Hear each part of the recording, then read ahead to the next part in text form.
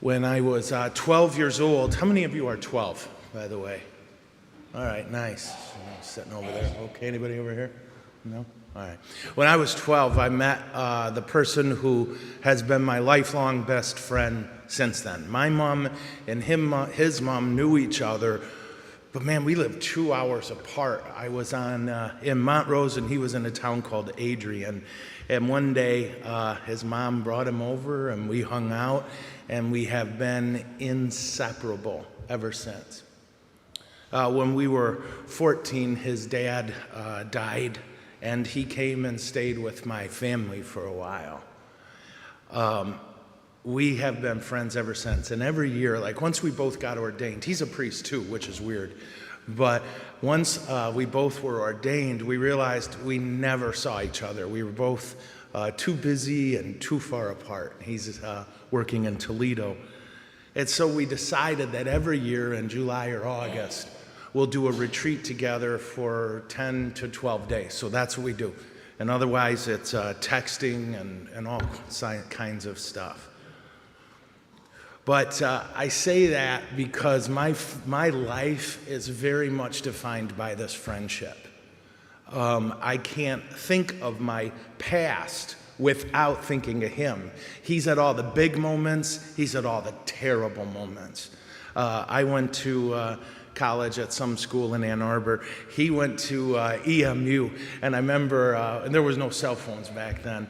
One night I get a call, and I head over to EMU to help him out. He was having some troubles, and like 2 weeks later, he got that call, and he came over and helped me. I could go on, and you're in a lot of danger of that, so I'll shut up. Here's the key.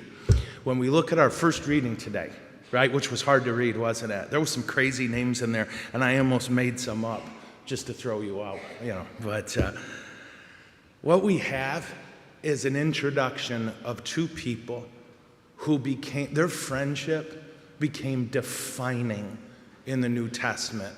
If you take away one of these two, you lose the other. And that's St. Barnabas and St. Paul. The two of them, and if you want, I should have figured this out this morning, but I lack ambition. They walked thousands of miles, okay? Thousands of miles. They walked together. They suffered horribly together. They laughed their tails off together. And literally, most people who called themselves Christian in the second century AD did so because of them. Isn't that nuts? But man, high and low, up and down, wherever one went, the other went. And their friendship actually ended in a bit of a fight, okay? That what we find out is that these two inseparable best friends, after years and years together, there was another guy who wanted to come with them and help. And they were old at this time, and he was young and strong. And so they said, yeah, you come with us, because the next place we're going is dangerous, and we need somebody tough. We need somebody strong and young. We're old. So you come with us. But when that young guy found out that they were going to a violent place, he was like, yeah, you two go alone. Yeah, and he abandoned them. And Paul got really mad at this kid. I mean, mad. And when this guy felt bad later and said, no, I'm so sorry, I chickened out. Will you forgive me? Paul said, nope. And Barnabas said, yeah. And so then Barnabas and this young man went out and preached the word. That young man, by the way, the guy who wrote Mark, the Gospel of Mark. Isn't that something? But before they died, Paul and Barnabas were both executed. But before that, Paul wrote him a letter, because again, you can't call, you can't do anything. And he told him how sorry he was that he lost his temper. Barnabas forgave him, because that's what Barnabas did. So in the end, you got two guys who were quite opposite of each other. Barnabas was the extrovert, Paul was the introvert. Barnabas was calm and gentle, Paul was a bit of a fireball, but the two of them lit the world on fire. The reason I'm telling you all of this is because there's a lot of beautiful things Jesus gives you, none more beautiful than the Eucharist, huh? But one of the most beautiful things he gives you is friendship. And friendship is not an extra. Friendship is an essential. Everyone needs that person in their life who will tell them what's true even if it hurts them, who will fight for them and fight with them, side by side, thick and thin, all of it.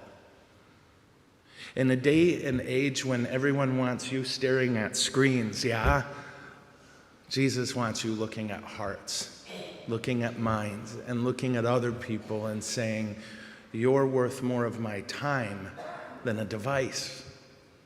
People make us better. So we're grateful today for the gift of friendship. Friendship is a wonder. And if it wasn't for my friendship with Jeff, I wouldn't be a priest. Which, there's a lot of jokes there. But in the end, I ask us all to be very grateful for our friends. I do. I ask us to be loyal to our friends and to be good to them and to teach them that friendship doesn't mean I agree with everything you do. Friendship means I try to make sure we always live the truth together. In that, we teach people what God's love looks like. Now, I don't know if I need to add this, but that doesn't mean you treat everybody else like garbage, yeah? Everybody is a potential friend, but everybody, even if they're not our friend, is a child of God, and we have to always remember that, amen? Okay.